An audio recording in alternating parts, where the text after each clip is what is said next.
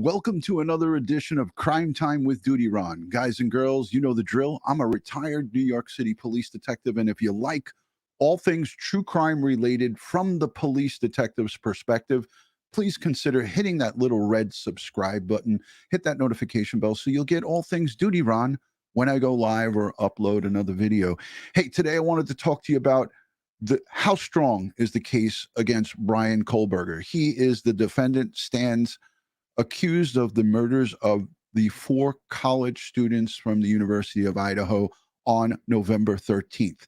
That's the question at hand, and we're going to get into it today. But I wanted to say quickly a special thank you to you, the replay viewers, the Patreon supporters, the channel members, the subscribers, the mods, all of you here at Crime Time with DutyRon. You guys are what makes this a great place.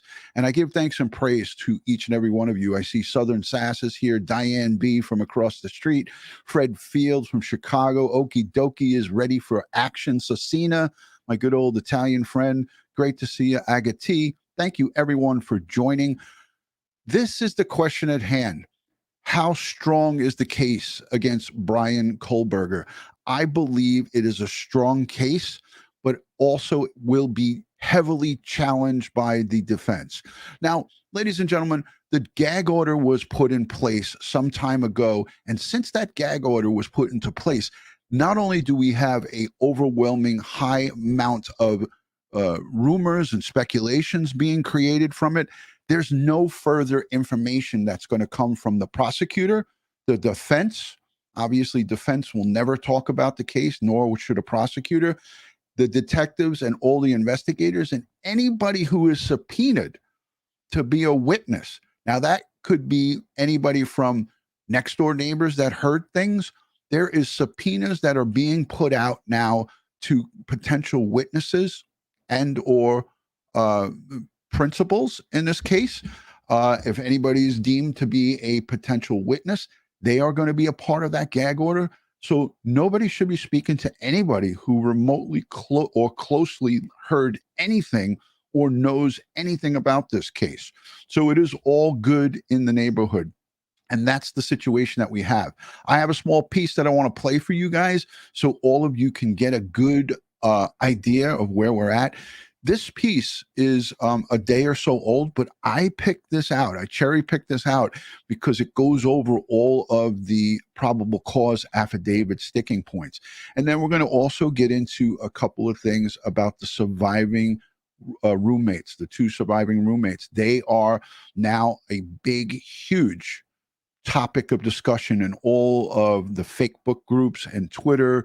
I see it all over Reddit and all over the internet. We're going to get into that in a few, but let's play this little piece for you. This is going to give you a great overview on where we're at.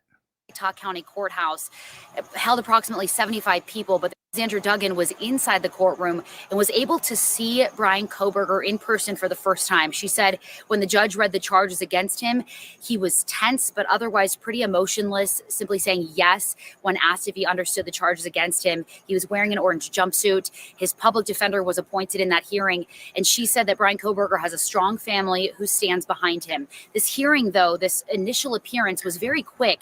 It wasn't really what happened in that hearing that we've gained a lot of information from today. It was the probable cause affidavit that shed more light on why investigators believe that Bryan Kohberger was the one who committed these atrocious crimes. An 18-page, very detailed affidavit said that investigators believe Bryan Kohberger is responsible because they were able to link him to the crime scene through DNA, video surveillance of his car, and cell phone records. Inside this courthouse, where Bryan Kohberger had his first court appearance in Idaho, a Latah County magistrate judge read him his charges. 1 count of burglary for unlawfully entering 1122 King Road with the intent to commit murder, and 4 counts of first-degree murder. Count 2 alleges that you committed the felony offense of murder in the first degree. It alleges that the defendant, Bryan C. Kohberger, on or about November 13th, 2022, in Latah County, state of Idaho, did willfully, unlawfully, deliberately, with premeditation, and with malice aforethought, kill and murder Madison Mogan, kill and murder Xana Kernodle, kill and murder Ethan Chapin, kill and murder Kaylee Gonsalves, If found guilty, he could face life in prison or death. His public defender was appointed, and the judge issued a no-contact order for the victims' families. The judge also issued no bail as Kohberger sits in the Layton County Jail. I am going to leave the bail set at this case as no bail at this point in time until I have additional and further information at a later date and time. 19 pages, one redacted, of details in the case came out through a probable cause affidavit Thursday morning. The document shows law enforcement was watching Kohberger early on in the investigation, about 2 weeks after the murders. At the time, police publicly said they had no person of interest, and they kept information close to the vest, which frustrated many. The PCA says Xana and Ethan were found on the second floor of the King Street home. Maddie and Kaylee were found in a bed together on the third floor. In the bed next to Maddie, investigators say they noticed a tan leather knife sheath, which is a cover for the blade of a knife. They figured out it was a K-bar knife with Marine Corps insignia. The Idaho State Lab found a single source of male DNA on the sheath. They then compared it to trash they took from the Kohberger family home in Albrightsville, Pennsylvania on December 27th. They say the DNA from the sheath was a nearly 100% match to that of the suspect's father. According to the affidavit, the two surviving roommates told police everyone was home by 2 a.m. and in their rooms by 4 a.m. One of the roommates says she was woken up around 4. She thought Kaylee was playing with her dog upstairs, which officers say they heard barking on a neighbor's security camera around the time of the murders. The affidavit says the roommate heard one of the victims say, "There's someone here," but she didn't see anything. She says she opened her door again after she heard crying from Xana's room and a man say, "It's okay, I'm going to help you." Then, when she opened her door a third time, she saw a person in black, wearing a mask covering the bottom of their face. She described him as tall, with an athletic build but not muscular, and with bushy eyebrows. He walked past her to the backsliding door, and she stood in a, quote, frozen shock phase. Investigators believe the murders happened between 4 and 4:25 a.m., November 13th. The 911 call wasn't made until around noon from one of the roommates' phones inside the home. On surveillance video they reviewed, investigators saw a Hyundai Elantra driving by the home multiple times around the time of the murders. Investigators learned Kohberger drove a Hyundai Elantra, and through cell phone records, investigators discovered he had been by the King Road home at least 12 times before the murders since the summer, mostly in the evenings and early morning. What the probable cause affidavit doesn't show is whether there are any connections between Kohberger and any of the people he's accused of killing.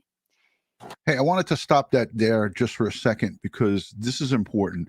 Probable cause affidavit is just a starting point to get these felony arrest warrants. So inside this probable cause affidavit is not all of the evidence and all of this case file. So I want to preface that. I want to highlight that because a lot of people are getting caught up on the probable cause affidavit and it's like, is this it? I mean, there's a lot that they put in there, but there's a lot that is not in the probable cause affidavit. I'll give you just some small examples, right? All of the evidence that was discovered, or in part, some of the evidence that was discovered at the Pennsylvania home is not in that probable cause affidavit because all they needed to put in there is what they needed for these felony arrest warrants to be signed off by a judge. All of the evidence that was removed from his location in Pullman, Washington, at his residence, on campus residence, and his office, all of that stuff that we saw the feds and local pulling out, the tower, the computer tower, that's all additional information that's going to be forensically scrubbed. And at the same time, the vehicle, which unbeknownst to us, during this probable cause affidavit, it wasn't spelled out in there, but it came out to light also as well as that they actually witnessed Bryan Kohberger cleaning his car at 4 a.m. outside of his parents' residence in Albrightsville. And there's an argument. When I heard and saw that, I said to myself, why didn't they utilize the emergency exception rule and pounce on this guy? Well, there could be many reasons why they didn't pounce on him when they saw him with the surgical gloves cleaning up that vehicle in Pennsylvania, because there might be more that we don't know that they had on him, and they didn't want to jeopardize a quick pouncing and locking him up right then and there and utilizing that emergency exception and possibly ruining the whole case. So there's more to the story that we don't know. And because of this gag order, none of it's going to be revealed. And that's going to cause internet chaos. That's the best I can put it. Internet chaos. And that's what it's going to cause. And that's what's happening right now. We're watching internet chaos unfold before our eyes, with people putting out wild speculation, wild thoughts and theories, and that's what you're going to be. That's what you're going to be exposed to. So I would encourage everybody to use common sense. I'm going to put myself back on the screen because I have to say it. I'm not going to call anybody out, but lots of my community and lots of good friends of Crime Time with DutyRon sent me pictures, still pictures, and said, "Oh, this is Bryan Kohberger's sister at the location, taking photos and videos outside of the King Road homicide location." That's hogwash. No defense attorney would allow that to happen. The courts wouldn't allow it to happen. It's hogwash. It's ridiculousness. So let's just understand and use common sense that nobody in their right mind in the guise in the name of justice would allow that to happen. That's completely ridiculous. Let's let the rest of this play, and then I'll come right back for you. Outside the courthouse, after Thursday's hearing, the Gonsalves family gave a short statement to reporters through their attorney.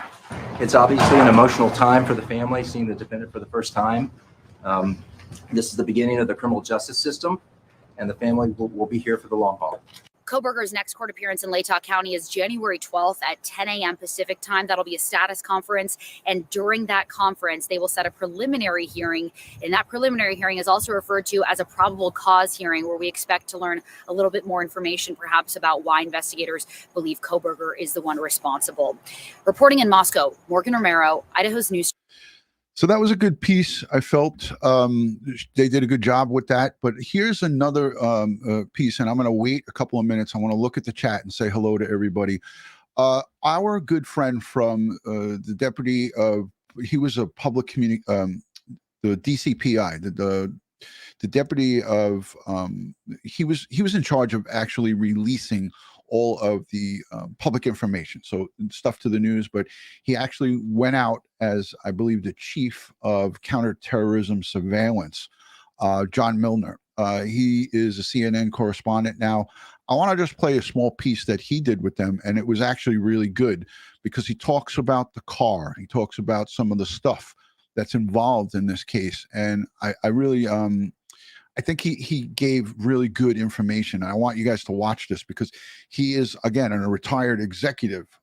Hey, Yellow Moon, good to see you. Thank you for joining. Diane B, Maddie Boy Sully, Rianne, the Diva, thank you for sending in the super chat. Hi, Ron. We're having a debate. Wait a minute, hold on. We're having a debate. Can one person's DNA cover another person's on the same object?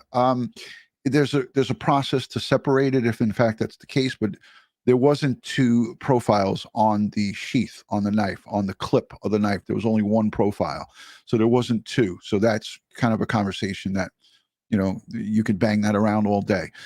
Let's listen to what former Deputy Commissioner John Milner now says for CNN. Let's take a peek at this. Placing garbage bags, affidavit offer really a much clearer picture into what happened on the night of the murder of the 4 college students in Idaho. We've also learned about a surveillance operation that led to the arrest of the suspect who was seen placing garbage bags into neighbors' bins. John Miller, CNN law enforcement analyst, is with us. Thanks very much. The affidavit said so much because we didn't know much in terms of how they got to this suspect and why.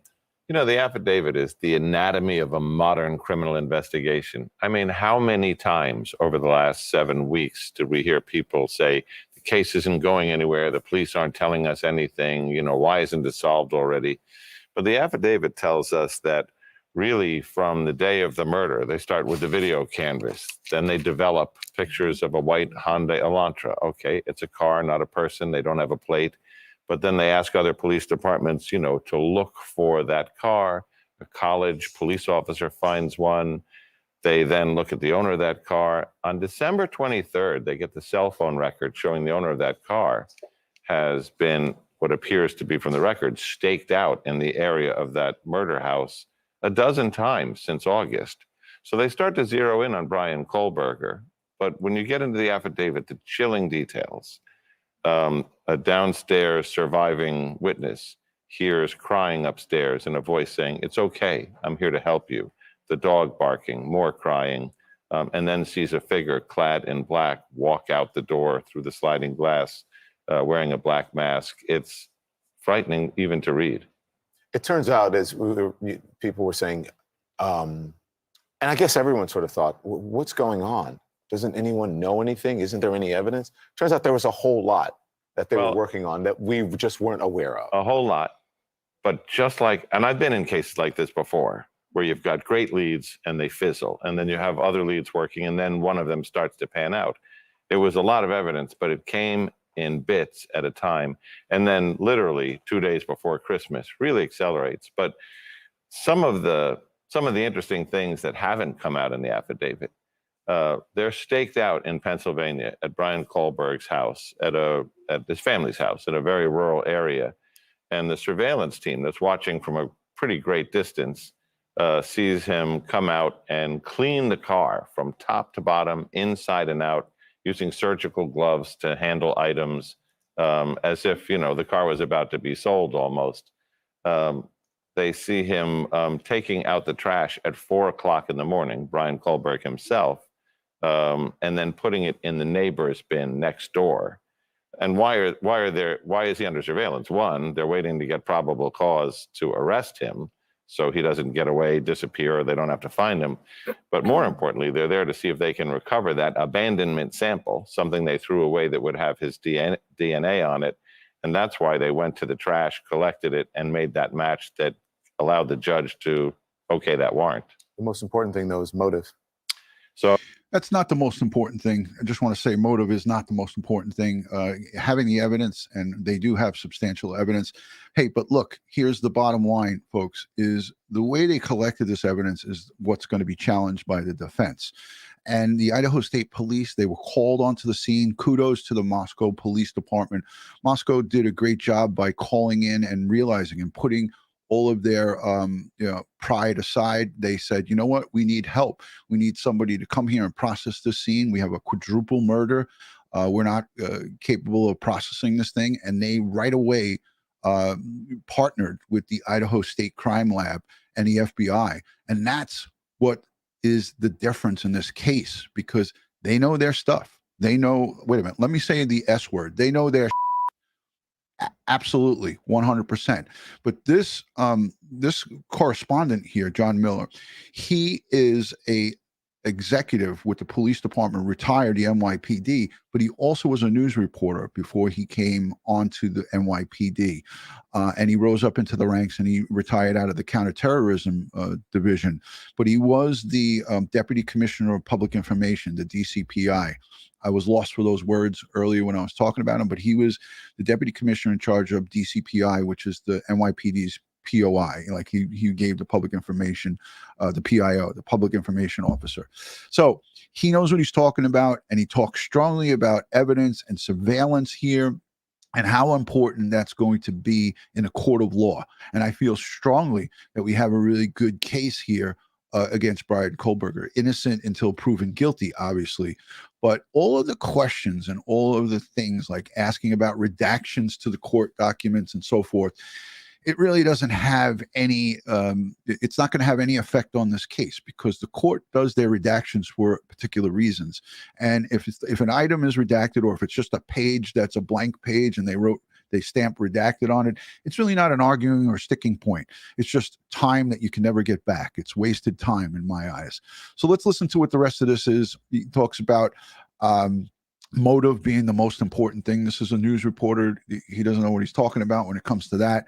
Motive is an important aspect, but it's not the most important. This evidence that links him to the crime scene and puts Bryan Kohberger on that bed where the sheath was recovered is in my eyes, one of the most important things in this case. And they have it, and DNA is 99.999%. So this is a pretty good. It all depends on how it was collected. And that's how, listen, a criminal defense attorney Their job is to create doubt. They create a little bit of doubt. And if they can create a little bit of doubt, and the prosecution, their job is to prove their case beyond a reasonable doubt. And there you have it. The judge to okay that warrant. The most important thing, though, is motive.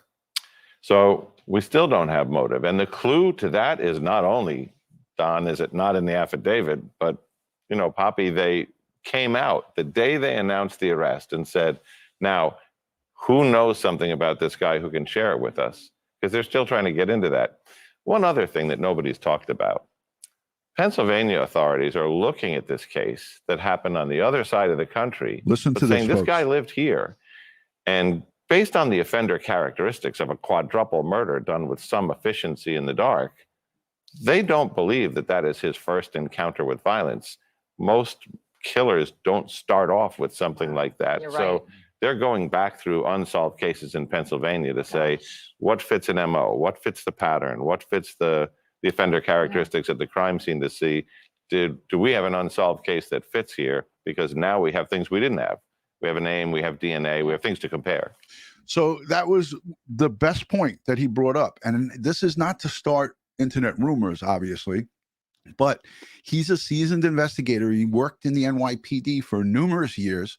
You have now the suspect's DNA profile that you could match in CODIS, and you can go back to all of these crime scenes across the United States and check to see if any of his DNA comes and matches. And that's what people aren't talking about. But this is stuff that I was thinking about, and any good investigator is thinking in the back of their mind, holy we have his DNA in CODIS. We have his name. We know who he is. We can go back to unsolved murders or any crimes that have been committed within the last 5, 6 years, 10 years, and look to see if this wasn't his first rodeo. Now, I'm not saying that he's a serial killer or that he's killed before. I'm just saying this is now a way for them to eliminate that possibility through the forensic DNA and going back and doing detective work, you know? So this is a great part. And a lot of people might have missed this piece, but John Milner, he hit it out of the park here with what he said. And I'm going to play it again for the people in the back. That nobody's talked about.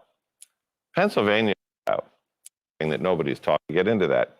One other thing that nobody's talked about. This was after he said something about motive is the most important thing. So he said, wait a minute, let me put this back on track here. So watch this and listen to this. Into that. One other thing that nobody's talked about. Pennsylvania authorities are looking at this case that happened on the other side of the country, but saying this guy lived here. And based on the offender characteristics of a quadruple murder done with some efficiency in the dark, they don't believe that that is his first encounter with violence. Most killers don't start off with something like that. You're So right. they're going back through unsolved cases in Pennsylvania to say, what fits an MO? What fits the pattern? What fits the offender characteristics at the crime scene to see, do we have an unsolved case that fits here? And I would have to add, not just Pennsylvania, you look across the United States. You look at obviously start in Pennsylvania, in his hometown where he lived and went to school. He went to high school there. He went to college there at DeSales. But you also look at the surrounding states and anything that's drivable. Look, he drove from the state of Washington, and he committed his crime in Idaho. So he went from Washington, which was a short run, to Idaho, and committed the crime and went back to Washington. So you look in Pennsylvania, New York, New Jersey, Connecticut, you look in the tri-state area, but you expand that through CODIS. And that's the beauty of CODIS. You put it in there and it's going to come up, pop up. Something happened in Mobile, Alabama. Something happened in Phoenix, Arizona. Yeah. You know, that's what you look at. Ben, very good observation. I did just burp. I'm a human being and I burped. That is a fact. Good catch. Ben Moyes. I know I might have screwed up your name. I burped. And that's what human beings do, you know? But yeah, this is a live show, and that's what happens. When you get a live show and you're drinking some of this agua, you have a little bit of water. I know people are going to tell me, drop the plastic bottles, DutyRon, drop the plastic bottles. But yeah, I'm drinking water and I burped. So, hold on a second.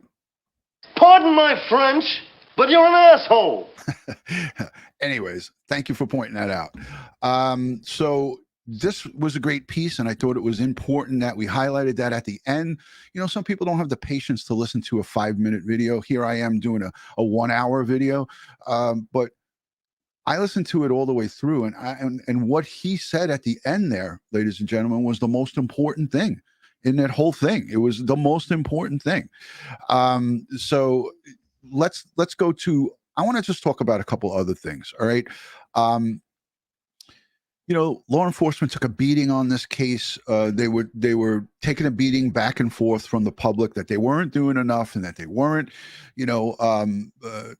they weren't working this case quickly. They weren't, things weren't happening fast enough, but lots of stuff were happening behind the scenes. Even Kaylee Gonzalez's father was at some points calling the law enforcement incompetent, that they couldn't handle this case, that they should give it up. He's kind of walked it back now. So I wanted to just play a little piece from one day ago. This is just, an overview of the case, but also they did an interview. They did an interview with her father, and he talked a little bit about the case. But I just wanted to play this. I'll play it from the beginning because I think this would be a good representation for you guys to see where we're at in this thing. And it goes over the case again for those of you who are joining a little bit late. So let's play this. New court documents tell us why Bryan Kohberger became a person of interest in the murder case. That the killer may have stalked the victims before the murders. They show how investigators retrace Kohberger's movements the night of the crime and reveal a possible eyewitness inside the house. And they claim they found the suspect's DNA at the murder scene. It was police at Washington State University, 20 minutes from Moscow, Idaho, who likely first uncovered the name Bryan Kohberger. Surveillance cameras recorded what investigators say was a white Hyundai Elantra. And kudos to the University of Washington State University, the police department. That is the university police, like campus police. They are the ones who discovered this 2015 white Hyundai Elantra that belongs to Bryan Kohberger. They were the ones who unfolded that. So kudos to the the police on the campus. They did a hell of a job, and they're to be commended as well. Likely first uncover the crime and reveal a possible eyewitness inside the house. And they claim they found the suspect's DNA at the murder scene. It was police at Washington State University, 20 minutes from Moscow, Idaho, who likely first uncovered the name Bryan Kohberger. Surveillance cameras recorded what investigators say was a white Hyundai Elantra near the murder scene on November 13th. A police officer queried white Elantras registered at WSU, and one came back to criminology student Bryan Kohberger. Was Kohberger stalking the victims? That's a question investigators sought to answer when they obtained a search warrant for records from Kohberger's cell phone. Court records say on at least 12 occasions prior to the murders, Kohberger's phone was detected near the murder scene in late evening and early morning hours. Additionally, Kohberger was detained as part of a traffic stop in Moscow on August 21. Hello, how you doing? How y'all doing today? 3 months before the killings and months before he and his father were stopped for a traffic violation traveling home to Pennsylvania from WSU in mid-December. All of this is part of tracking Kohberger's movements, which documents detail. Using cell phone records and security camera video, investigators determined Kohberger's car and cell phone left the Washington State campus at 2:44 a.m. on the night of the murders, headed for Moscow. Investigators say there were multiple sightings of the car on security cameras around the crime scene, starting at 3:29 a.m. and ending at 4:20 a.m. Records say that is the time the killer murdered 4 University of Idaho college students inside their home. But there were 2 surviving roommates who were not attacked, and one of them is an eyewitness. Inside the house on King Road, one roommate heard crying and strange noises after 4 a.m. A short time later, documents say she saw a man in black clothing and a mask that covered the person's mouth and nose, and she watched him in a frozen shock phase as he walked out the back door. Investigators say her description generally matches Kohberger's features, and those same investigators say DNA is the proof that Kohberger was inside the home. Documents say that DNA comes from the sheath of this type of knife called a K-bar that was. And ladies and gentlemen, again, what we're looking at here is right now, in my opinion, and this is just my 2 cents, and I've been in and out of court quite a bit over my 2 decades in policing. I believe that the prosecution, this is one of the strongest pieces because it puts Kohberger at the crime scene inside the bedroom with this sheath left behind with his DNA somewhere on this buckle. Okay. The most huge piece of evidence against him and the most damning, and this is the one that you're going to, and you've heard it here from me, and you'll probably hear it from other professionals like police off the cuff and others. The defense will go as hard as they can to disprove the DNA on this sheath. Mark my words, and I'm not giving anybody ammunition or giving anybody any defense attorney. They're smart, and this is what they do. They're going to go after the collection of how they collected this evidence, how they tied the DNA into this back to Pennsylvania from the garbage that was discarded at the neighbor's house. They're going to attack the out of that. That's a guarantee. I used the F word, but I bleeped it. They're going to go after that. Was left behind at the scene of the stabbings. Investigators say DNA from that knife sheath matches a DNA sample pulled after agents recovered the trash from the Kohberger family home in Pennsylvania. That's where officers arrested Bryan Kohberger in an early morning raid on Friday. These documents do not indicate what a possible motive could be. What is also unclear is why these stabbings that occurred at 4 a.m. were not reported to the police until just before noon. The documents do not explain that delay. I'm Chris Ingalls in the King 5 newsroom.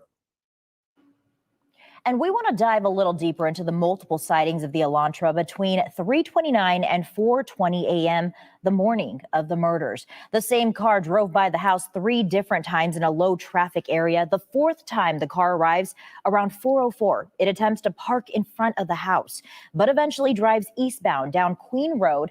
Police say the same car speeds away at 4:20 a.m. And this is a map of the route police believe the Elantra traveled after it sped away.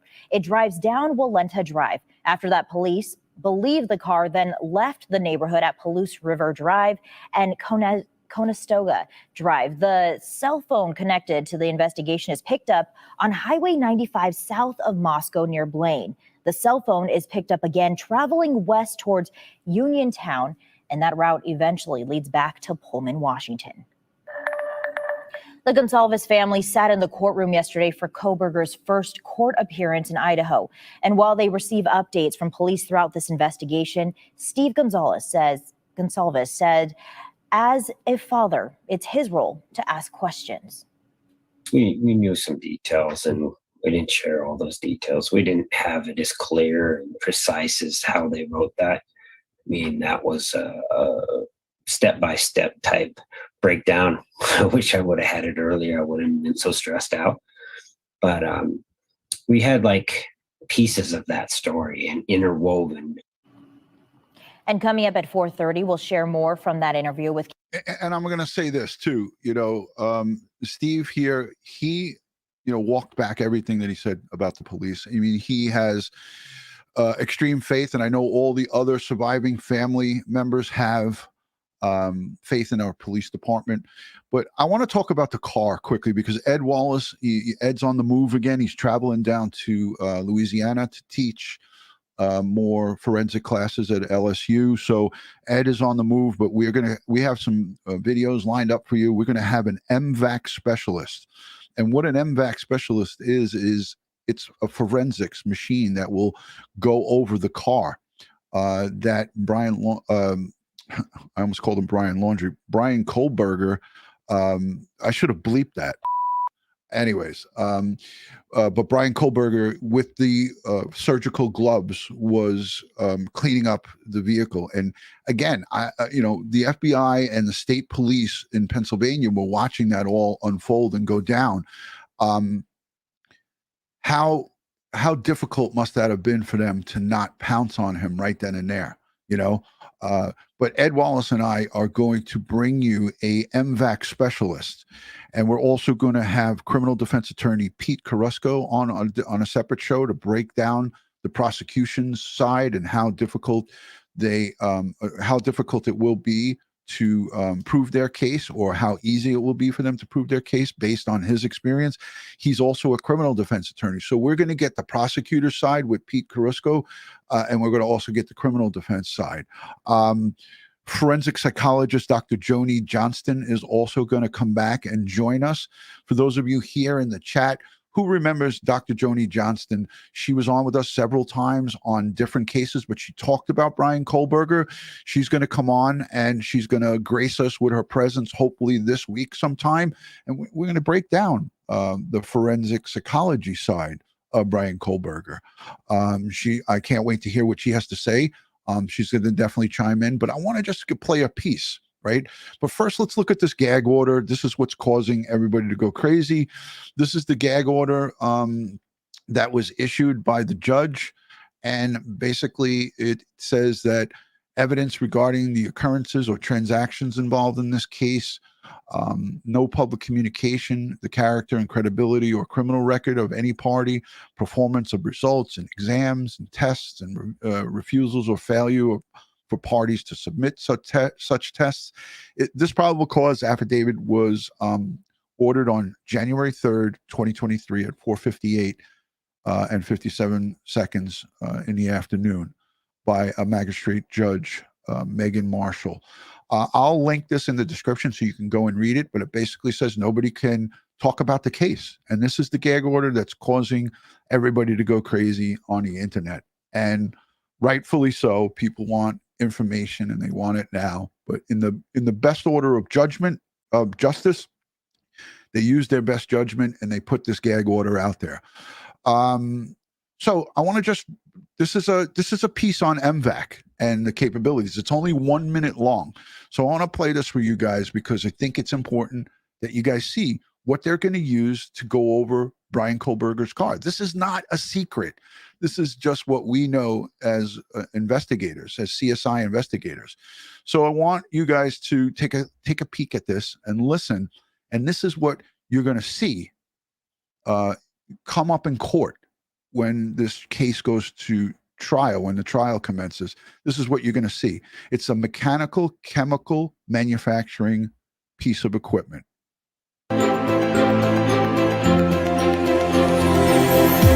In forensics, the typical methods that they use to collect DNA are a swab, tape, or scraping.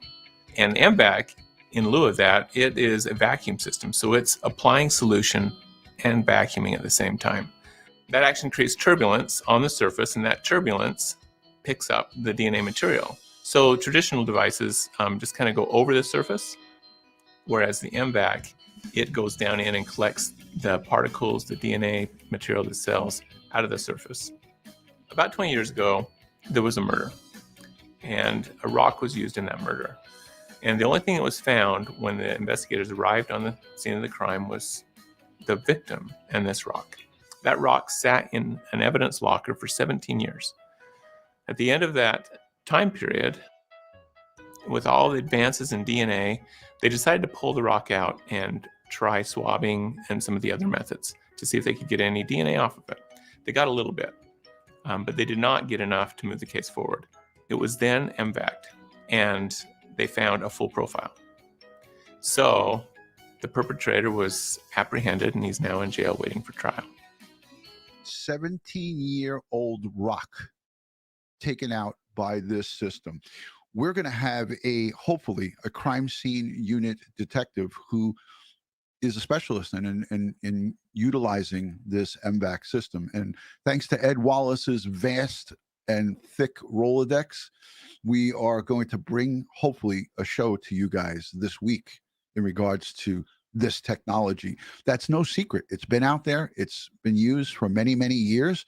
And that's why everyone's spending all the time about, Bryan Kohberger was able to completely clean that car and take all the evidence away. Guess what? Maybe not. Maybe not. So that'll be a great thing and a great win for the the prosecution, and it will be damning for the defense. So there you have it. And thank you to everyone who has been new. If you have not yet given this video a thumbs up, please consider giving it a thumbs up. Subscribe to the channel. Follow us on all things social media, all one word, DutyRon, Instagram, Facebook, and Twitter. But before I close the show out, I wanted to go into another area that I really think is very, very important. All right. You know, we covered all of the things here, and, you know, Ed Wallace is in the chat, and I know Ed, if he could, he would join us, but he's traveling right now. Under the emergency exception to the warrant, they could have pounced on Bryan Kohberger and they could have locked him up, but we covered that. I gave you my thoughts on it. I think that in the best, in their opinions and at the time, in their quick decision making, you know, the FBI had fixed winged aircraft following Bryan Kohberger's every move. They had license plate readers and different technology on the surveillance in the 4 or more days that they were watching him. So maybe they felt that in the best interest of justice, that they would simply just let it play out, collect, and do, and they did it the way they did it. There's no do-over. You can't go back and change it. But I think that maybe they felt in the best interest of justice, they didn't want to jump on it. Maybe somebody couldn't have made a command decision right then and there. Maybe the supervisor that was doing the surveillance from, you know, a distance away said, no, let's stand down. Let's let this play out. They did recover what they recovered from the neighbor's garbage, right? Enough a DNA profile of his father, which in turn made it a 99.9% match. So it's a good thing. Hey, you know, again, I wanted to talk about the surviving roommate DM and the other the 2 surviving roommates, but in particular DM. I'm not going to refer to her name because I don't think it's appropriate, but she is taking a lot of she's getting beat up all over the internet, right? And I want to say this to my community and for the folks that are here. These are my thoughts on this. Okay. This is a young girl in her early 20s that has witnessed and been now traumatized by not 1, 4 of her people she lived with, her friends, roommates, whatever you want to call them, acquaintances, college students, all of the above, you know, fellow college students. That in itself is traumatizing enough. But to have her to get eyes on this defendant, to get eyes on him, and then, as this is stated in the affidavit, that she went back in her room and locked the door. We don't know if she didn't have her cell phone with her. We don't know her state of mind, and we're going to get we're going to get into that. We're going to talk about that with professionals that know about human nature and how people can get tunnel vision, to get frozen in time. And for those of you who have been crime victims, you know that sometimes that could last a day or 2 or more.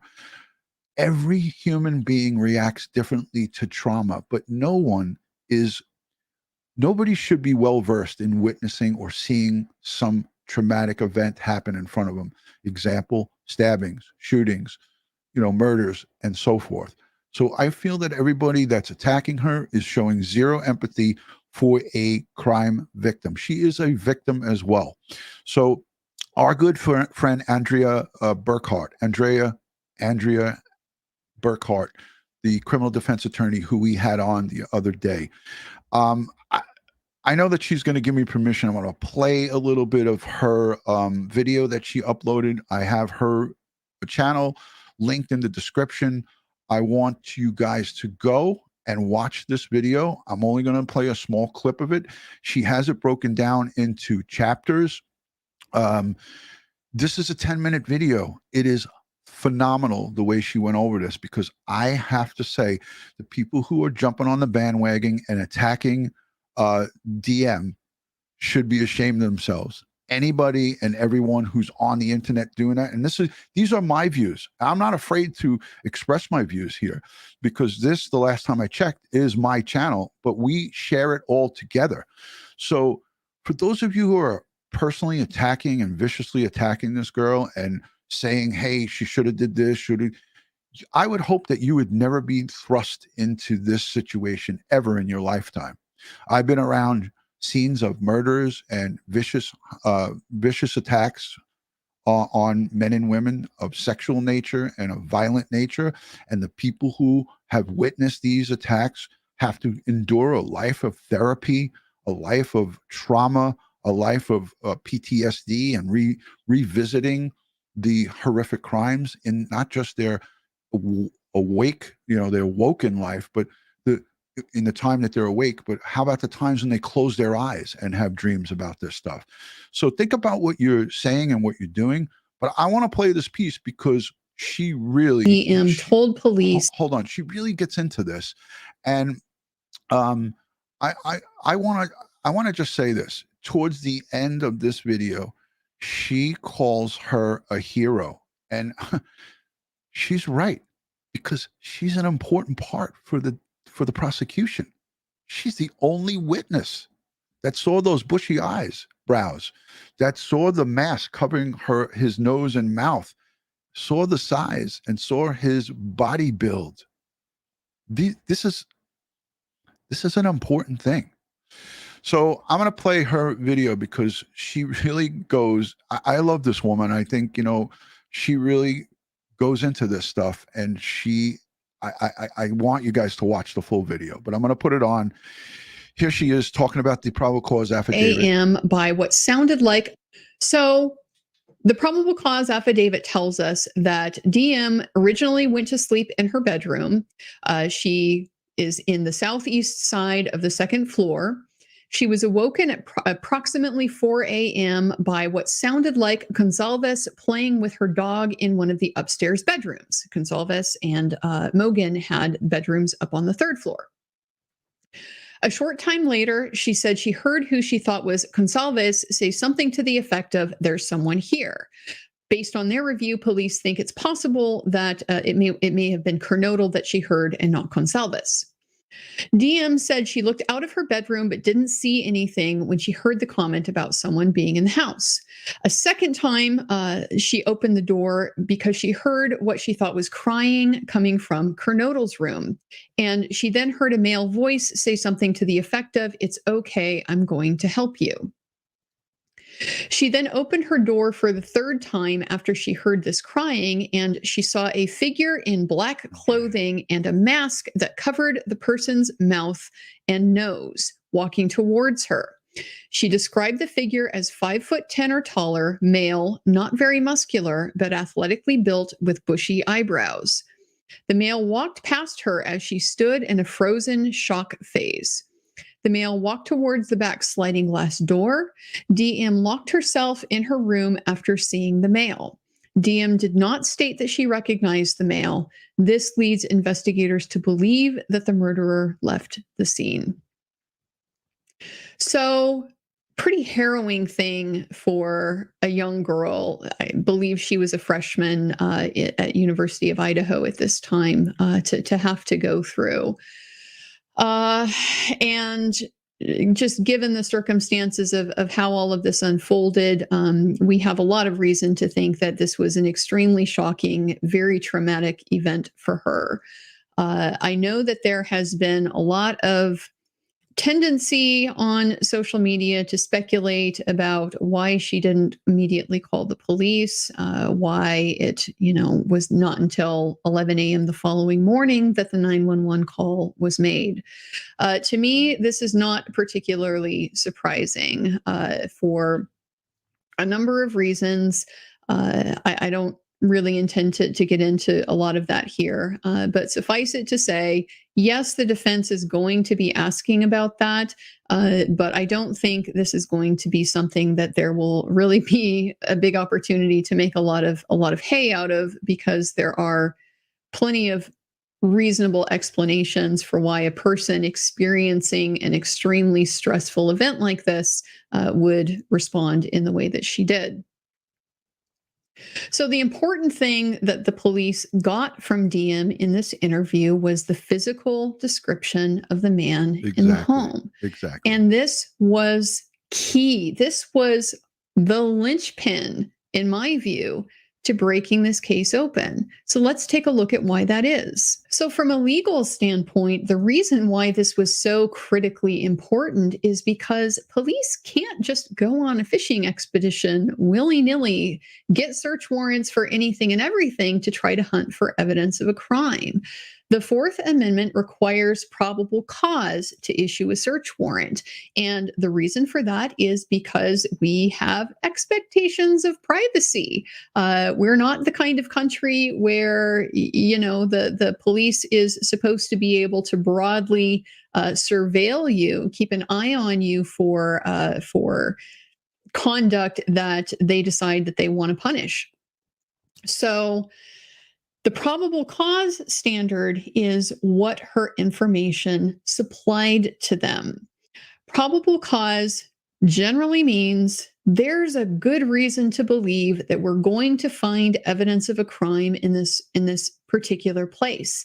And that suspicion has to be particularized. It has to be individualized. It can't just be a general suspicion. Everybody with a 2011 to 2016 Hyundai Elantra in, the Pacific Northwest within driving distance of University of Idaho, something like that. It's far too broad, and that would be way too wide of a net to cast here. Kill again before they possible that police are gonna come across a suspect at some point, but it's also very possible that he might kill again before they have the evidence that they need to be able to put all of the pieces together. And so I don't think it's too much to say that while Mr. Kohberger is 100% entitled to his presumption of innocence, and while we have just a very small part of the picture at this point in time, there is a lot of this case still to come. If he is the person who did it, her identification may have saved a lot of lives. They may have saved people from having to go through the type of horror that I have to anticipate that she is probably going through at this point in time.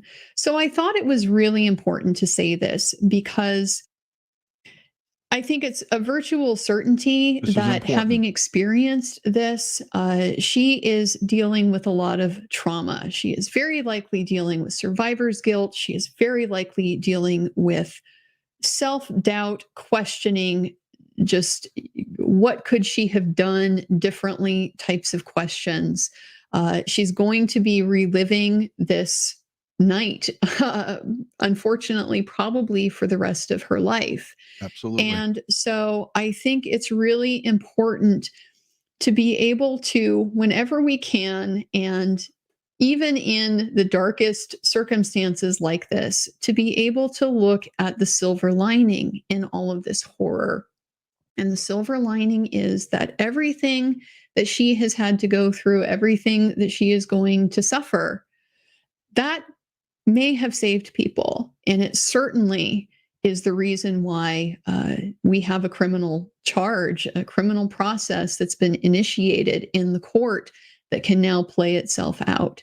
So for that reason, DM is a hero in my eyes. And I really hope that you will join me in seeing her and treating her in that fashion. Kudos to you, Andrea. Kudos to you. I watched that this morning, this piece, and the reason I played so much of it is because she put stuff together so well. I encourage everyone to go over and subscribe to her channel. Andrea is just a breath of fresh air from the criminal defense side. She's a criminal defense attorney, by the way. She defends bad guys and girls, but she's got common sense and she has empathy, and she realizes what these two, not just DM, they both are now going to have to live the rest of their lives with this survivor's guilt. Why didn't he kill us? Why were we spared. And that's something that's going to be difficult at best. So Ed Wallace, if you're watching, I know you just called on the phone. You can call in with the link that I sent you on your phone and just utilize the audio part of StreamYard. So Ed Wallace wants to chime in with us, and I love that he wants to chime in wherever he is. He could do it by his phone, just like that, and it'll be patched. The audio will be patched straight through StreamYard. So I just sent you the link on a text message. All you have to do is click on it. Just don't enable your video, and just enable the audio portion of it. And we can have you can call in and put your 2 cents in. Ed is chomping at the bit to get on with us. But listen, Andrea,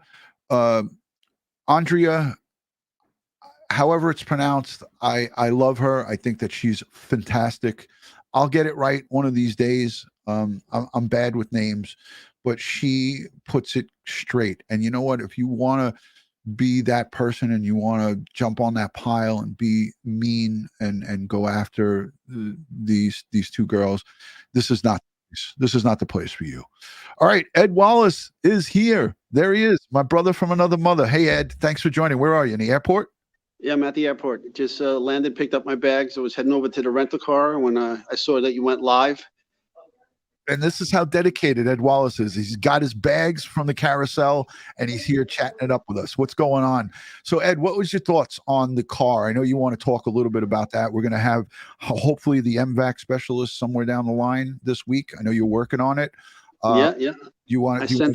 I sent a message to my friend. Hopefully, he'll get back to me tomorrow. It's the weekend, and we can get that on. But I'm still disturbed by the whole car thing. Finding out that it was being witnessed by law enforcement at 4 o'clock in the morning, the suspect with gloves on, cleaning the car at his parents' house. Yeah.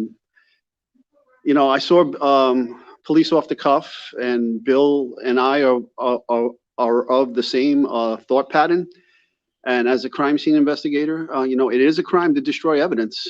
They had a crime in progress, and I think they would have been able to articulate to a judge probable cause and go there, stop it, lock them up, and seize the car under an emergency exception to a search warrant, because the car was, the evidence inside the car was potentially being destroyed. What's your thoughts on why they could have? Why they didn't pull the trigger on that? What's your thoughts on why they didn't do that, Ed? I don't know. I don't know. Maybe they felt they didn't have enough probable cause. With all the vehicle information and all the, but if they would have done it that way, guess what? They would have gotten the DNA, whether it went in the garbage or not. But yeah. Hey, look at this comment here, Ed. Look at this comment here. Where Summer, 1-800-TBI fine, a good friend of Crime Time with DutyRon. She said, "Did this mess things up?" I don't think so. Well, I don't think so either, but, Ed just pressed something on his screen in mid-sentence. He just bogged himself out of he didn't mean to do it, but he must have pressed something on his screen. But yeah, I don't want to think negatively and think that that this ruined the case, but here's Ed. He's back. Sorry about that. You did that. I didn't. I don't think it ruined the case. But my concern is this. Look, if I want to collect evidence out of this car, okay, just think of this as Thanksgiving Day, right? You got this beautiful turkey in front of you, and it's not carved, and nobody has had at it yet, okay? And then you see somebody go to your beautiful turkey and start cutting it up, and by the time you get to it, all you're left with is the carcass. Yeah, it's a good analogy. Now, can I potentially find the evidence that I want inside that car, or that I'm looking for inside that car? Yes, because as was mentioned elsewhere, they never clean it all, right? They never get it all. But it's going to be more work now. I'm going to have to tear this car apart, every little crevice that something could have fell in. I'm going to need something like the MVAC to work that car. All over that car, the driver's area in particular, the seats, the floors, the mats, any little crevice, the steering wheel, the seat belt, everything. Will they take the Okay. dashboard apart? Oh yeah. I would, I'm going to take the center console apart. I'm going to take the seat apart, the seatbelt buckles, I'm going to take the plastic molding, the door. I'm going to take all of that. I'm going to search every little crevice that, because that blood could have flowed into, or blood could have contact transferred from suspect's clothing to the surfaces of the vehicle. The mats of the vehicle, the rugs of the vehicle, everything. Let me I'm going to tear that car apart. Let me read you this comment, Ed, from Yogi Ma. She says, "Hi, DutyRon, love your show. What will happen if Pennsylvania law enforcement discover that Kohberger is tied to cold crimes from the DNA being in CODIS? What do they do now?" That this trial will be at the forefront, and they'll go to its completion. And if there's other cases that they can tie him to, that's separate prosecutions that have to occur. Correct, Ed? Well, they had his DNA from the snap on the sheath, and they put it into CODIS, and they didn't get a hit. So if they had offender DNA, you have offender, and then you have crime scene DNA in CODIS. So you would be comparing the DNA from the snap of the sheath to the unknown crime scene samples that are in CODIS. Right. Okay. So apparently, right now there are nothing in there that matches his DNA from an unsolved crime where DNA was collected in, say, Pennsylvania. Yeah, correct. PJ says, is the car being processed in Pennsylvania? And you chimed in on this, what you would like to see done. So we don't know. But Ed, what's your thoughts on the car being processed at that location or close thereby? Well, the crime scene investigators associated with Idaho should fly out to the car and not process the car there in Pennsylvania, and then bring the car back, because I wouldn't want to have the flatbed that car across the country. Too dangerous. To bring back to Idaho and process in Idaho. Too many dangers there. Accident. Yes. Additional contamination and so forth. Right. But once the car is processed in Pennsylvania, then you bring it back. Right. So it'll eventually make its way back to Idaho, but the safest and most efficient way to do it is right then and right there in the closest location where they can get it to do the processing. Great questions. All right, Ed, I'm not going to hold you. You're in the airport, and it shows your dedication. Ed Wallace called me on the phone, and I know that when he's calling me on the phone, I don't want to put the phone up to the thing. We could have did that, but this was the best way to do it. And you could have not engaged your camera if you didn't want to. You could have just done audio. So, but everybody loves to see a handsome Ed Wallace while he's traveling. All right, folks, stay safe. Stay prepared, stay safe, watch your six. I got to run. Thanks, Ed. Take it easy. Good to see you, man. All right, there he goes. Ed Wallace, everybody, off to Louisiana to teach and train the various police forces across the United States. All right, listen, so we covered a lot here. It's an hour. I'm going to wrap it up. But listen, let's have a cooler, calmer head here. When you see people engaging in toxic stuff on the internet, don't be a part of it. Don't get on the bandwagon. Don't jump on the pile. When you see people doing things that are less than tasteful, it doesn't mean that you have to follow that, so use your common sense. I beg you guys, I plead with you guys, have compassion, have empathy for these two surviving roommates, have empathy for the families. We talk about these cases on Crime Time with DutyRon, but we try to do it with the utmost amount of respect. And that's not sensationalizing things. And, we are bringing you the police detective's perspective and behind the scenes look of how investigations are done. There's no nice way to speak about that, but we're doing it in a respectful manner. And we're bringing you like the last night, the night before last, we had our guest on and we were bringing you the 3D laser scans, right? Faro Industries, great guest that we had on here. There's no nice way to show you an actual photos or videos of the inside of a crime scene in a barbershop where people were killed. But that's what this channel is about. We're going to bring you the police detective's perspective in the most respectful and straightforward manner from Ed Wallace, who's a crime scene evidence collection and DNA expert, and he's a teacher, and all of the great guests that he has in his Rolodex and that we bring on. So I hope you guys consider subscribing to Crime Time with DutyRon. Hit the thumbs up. Let's give away some memberships. Who wants a couple of free memberships on Crime Time with DutyRon? Let's see if I can give away 10 of these things. So all you have to do is put a 1 in the chat if you're interested in becoming a member for 30 days. It's a trial run. It's a freebie. Put a 1 in the chat. Make sure you're subscribed to the channel. Give this a thumbs up, the video. Let's see. We got to get over 1,000 on the thumbs ups. We're only at a 946. So once we get up over 1,000 on the thumbs up, I'll give away 10 of these damn things. Why not? You guys are always welcome here. Just don't. If you get a free membership, a free membership means it's going out to random people, right? Don't be a jagaloon. If you get a free membership, don't be a jagaloon, because we could take the membership away. No, we really can't, but you'll be a member for a month. So let's see. We're over 1,000. So let's do it. Who wants a membership? Why not? Popeye's laughing. My bird is here laughing. Membership gifting. Here you go. Providing the credit card goes through, we're going to give away 10 free memberships here on Crime Time with DutyRon. It's my way of saying thanks.